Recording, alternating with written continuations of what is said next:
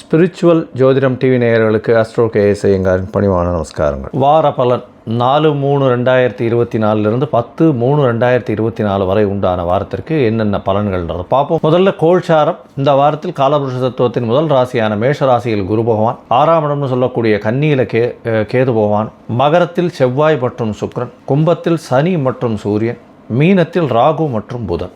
இந்த வாரத்தில் 8/3/2024 அன்னைக்கு சுக்கிர பகவான் மகரத்திலிருந்து கும்பத்துக்கு போகிறார். அது ஒரு பயிற்சி நடக்கிறது. இந்த வாரத்தில் அதிவேகமாக செல்லக்கூடிய சந்திர பகவான், அதாவது மனோகாரகன், அதாவது விருச்சிக ராசியில் கேட்ட நட்சத்திரத்தில் கார்த்தால ஒரு 11:30 மணி வரலும் 4ஆம் தேதி இருக்கார். அதற்கு பிறகு மூல நட்சத்திரம் போகிறார். பூரட்டாதி நட்சத்திரம் மீன ராசி வரலும் போகிறார். அதாவது ஞாயிற்றுக்கிழமை ராத்திரி ஒரு 3:30 மணி வரலும் இருக்குது. அப்போ சந்திர பகவான் மீன ராசி வரலும் போயிடுறார். இந்த வாரத்தில் வரக்கூடிய விசேஷ நாட்கள் என்னென்ன அப்படின்னு பார்க்கும்பொழுது 5ஆம் தேதி அன்னைக்கு வாஸ்து நாள் அப்படின்னு சொல்லக்கூடியது. அதாவது செவ்வாய்க்கிழமை அன்னைக்கு வாஸ்து நாள். வாஸ்து புருஷன் கண் விழிக்கும் நாள் 9:42 காத்தாலிருந்து 11:12 வரலும் 1.5 மணி நேரம் வாஸ்து புருஷன் கண் விழிக்கும் நாள். வாச கால் வைக்கிறது, புதுசாக இடம் வாங்கிறது, இந்த மாதிரியான விஷயங்கள் நிச்சயமாக பண்ணலாம். சரி, இந்த வாரம் பார்த்தேன்னா 6ஆம் தேதி அன்னைக்கு ஏகாதசி, 8ஆம் தேதி அன்னைக்கு பார்த்தேன்னா பிரதோஷ காலம். சாயந்தரம் ஒரு 5:45 6:15 வரலும் எல்லா சிவன் கோயில்லையும் பார்த்தேன்னா பிரதோஷ காலம் அப்படின்னு சொல்லக்கூடியது. சிவபகவானுக்கு ஒரு பெரிய ஆர்த்தி எடுப்பா. இந்த அன்னைக்கு நார்மலாகவே இந்த பிரதோஷத்தை காத்தாலேருந்து விரதம் இருந்து சாயந்தரம் இந்த விரதத்தை இந்த பிரதோஷத்தினுடைய ஆரத்தியை பார்த்து சேவிச்சுட்டு அதுக்கப்புறம் இந்த பிரதோஷ விரதத்தை முடித்து அந்த பிரசாதத்தை சாப்பிட்டு முடிக்கிறதன் மூலியமாக அவர்கள் நினைத்த காரியம் எல்லாமே வெற்றிகரமாக முடியக்கூடிய வாய்ப்புகள் உண்டு. திருமணம் ஆகாதவர்களுக்கு திருமணம் நடக்கும். அது தவிர கஷ்டங்களில் இருக்கிற வாழ்க்கை எல்லா கஷ்டங்களும் போகக்கூடிய வாய்ப்புகள் நிச்சயமாக உண்டு. இந்த வாரத்தில் பார்த்தேனால் அமாவாசை, அதுவும் 9ஆம் தேதி அன்றைக்கி பார்த்தேன்னா போதாயன அமாவாசைன்னு போட்டிருக்கும். போதாயன அமாவாசைன்னு என்ன அப்படின்னா, அந்த அமாவாசை திதி சாயந்தரத்தில் வரும்.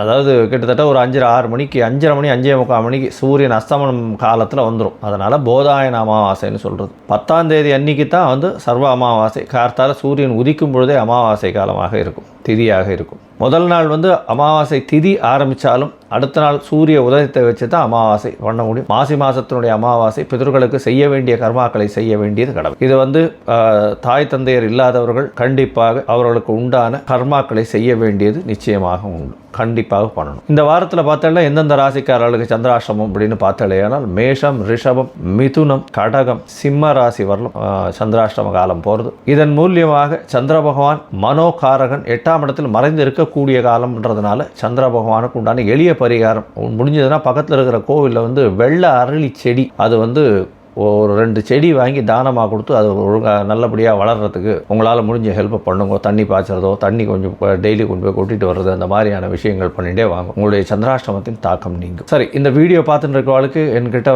அஸ்ட்ராலஜிக்கல் கன்சல்ட் எடுக்கணும்னு விரும்புனீங்கன்னா நான் என்னுடைய மொபைல் நம்பர் ஸ்க்ராலிங்கில் போயிட்டு இருக்கு. உங்களுக்கு வேணும்னா நீங்கள் எனக்கு ஃபோன் பண்ணுங்க, உங்களுக்கு அப்பாயின்மெண்ட் தரேன். சரி, இப்போது மேஷம் முதல் மீனம் வரை ஒரு ராசிக்காக 4/3/2024 10/3/2024 வரை உண்டான வாரத்திற்கு என்ன பலன்னு பார்க்கலாம். சிம்மம், மகம், பூரம், உத்திரம் இந்த 3 நட்சத்திரம் 9 பாதங்களை கொண்ட ராசி. ராசியின் அதிபதினு சொல்லக்கூடிய சூரிய பகவான் ராசிக்கு சமசப்தமத்தில் இருக்கார். இருந்தாலும் சனி பகவானோட வீட்டில் இருக்கார்.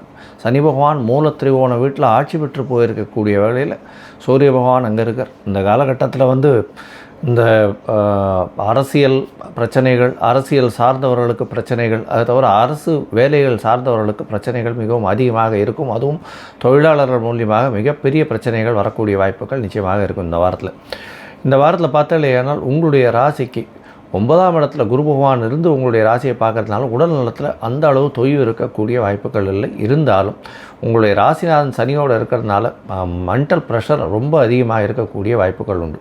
பேச்சில் ரொம்ப கவனமாக இருங்க. 2ஆம் இடத்துல இருக்கக்கூடிய கேது பகவான் நீங்கள் என்ன சொன்னீங்கன்னாலும் அதை புரிஞ்சிக்க முடியாத அளவுக்கு எதிரில் இருக்கவங்க இருப்பாங்க. அதனால் நீங்கள் சொல்லக்கூடியதை தவறாகவே புரிந்து கொள்வார்கள். உங்களுடைய ராசிக்கு 6ஆம் இடத்துல செவ்வாய் பகவானும் சுக்கிர பகவானும் இந்த வாரம் ஆரம்பத்தில் இருக்கார். இந்த வாரத்தில் பார்த்தாலேனால் செவ்வாயும் சுக்கிரனும் 6ஆம் இடத்துல இருக்கிறது பெரிய விசேஷம். ஏன்னா 9ஆம் அதிபதி 6ஆம் இடத்துல இருக்கார் அப்படின்னு சொல்லும்போது புதிய வேலை கிடைக்கக்கூடிய வாய்ப்பு உண்டு. வெளிநாட்டுக்கு போய் படிக்கணும்னு நினச்சிட்டு இருக்கவங்களுக்கு கண்டிப்பாக வெளிநாடு போகக்கூடிய பாக்கியம் நிச்சயமாக கிடைக்கும். அதாவது மாஸ்டர்ஸ் டிகிரிஸ் படிக்கிறதுக்கெல்லாம் பாக்கியம் கிடைக்கும். 9ஆம் அதிபதி 6ஆம் இடத்துல இருக்கிறதுனால புதிய வேலை கிடைக்கக்கூடிய வாய்ப்புகள் நிச்சயமாக உண்டு. அதை தவிர புதிய தொழில் அமையக்கூடிய வாய்ப்புகள் நிச்சயமாக இருக்கும். இந்த ரியல் எஸ்டேட் பண்ணுறவாளுக்கு பெரிய ஏற்றம் கிடைக்கும். எதிராளிகள் அற்ற நிலை இருக்கக்கூடிய வாய்ப்புகள் உண்டு. இருந்தாலும் பேச்சில் ரொம்பவும் கவனமாக இருக்கிறது நல்லது. இந்த வாரம் பார்த்தோம்னா, அதாவது 4/3/2024 10/3/2024 வரலும் உண்டான வாரத்தில் சந்திர பகவான் உங்களுடைய ராசிக்கு 4ஆம் இடத்துல நீச்சம் பெற்று இருக்கக்கூடிய காலகட்டம். 12ஆம் அதிபதி 4ஆம் இடத்துல நீச்சம் பெற்று இருந்தாலும் அந்த 4ஆம் அதிபதி உச்சம் பெற்று 6ஆம் இடத்துல இருக்கிறது பெரிய விசேஷம். இதன் மூலியமாக வெளிநாட்டுக்கு வேலைக்கு பார்த்துட்டு இருக்கவாளுக்கெல்லாம் திடீர்னு வெளிநாடு போகக்கூடிய பாக்கியம் உண்டு. புதிய அதாவது வீடு மனை வாங்கக்கூடிய பாக்கியம் இந்த வாரத்தில் வருது. இதை தவிர பார்த்தோம்னா உங்களுடைய ராசிக்கு தாயின் உடல்நிலையில் சற்று ஏற்றம் இருக்கக்கூடிய காலகட்டம். உங்களுடைய ராசிக்கு 5ஆம் இடத்துல சந்திர பகவான் போகிறார். அதாவது 4ஆம் தேதி கார்த்தால ஒரு 11:30 மணியிலிருந்து 6ஆம் தேதி சாயந்தரம் ஒரு 4:30 மணி வரை இருக்கார். 5ஆம் இடத்துல சந்திர பகவான் போகும்போது குருவின் பார்வை இருக்கக்கூடிய காலகட்டம். உங்களுடைய ராசிக்கு 5ஆம் இடத்தையும் குரு பார்க்கறதுனால திருமணமாகி ரொம்ப நாள் குழந்தை பிராப்தி இல்லாதவர்களுக்கு கண்டிப்பாக குழந்தை பிராப்தி கிடைக்கக்கூடிய வாய்ப்புகள் நிச்சயமாக உண்டு. 5ஆம் இடத்துல சந்திர பகவான் இருக்கக்கூடிய காலகட்டத்தில் குரு பகவானும் பார்க்கறதுனால குரு சந்திர யோகம் அமைகிறது. அது ஒரு பெரிய ஏற்றத்தை கொடுக்கக்கூடிய காலகட்டம்.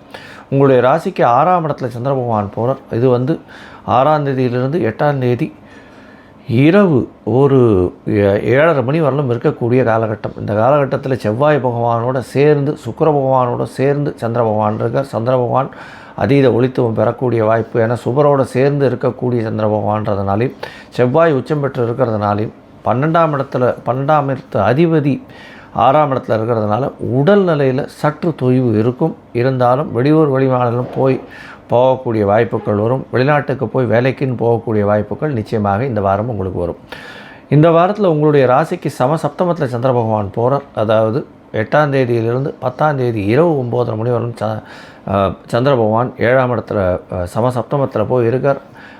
சூரியனும் சந்திரனும் சேர்ந்து இருக்கக்கூடிய காலம் அமாவாசை யோகம்னு சொல்கிறோம். அதை தவிர சனி பகவானும் சுக்கிர பகவானும் சேர்ந்து இருக்கக்கூடிய காலகட்டமாகவும் 4 கிரகங்கள் இருக்கக்கூடிய காலகட்டம் 7ஆம் இடம் இருக்கிறது. 7ஆம் இடம் வலுப்பெற்று போய் இருக்கக்கூடிய காலகட்டம்ன்றதுனால பார்ட்னர்ஷிப் தொழிலில் பெரிய ஏற்றம் இருக்கும்.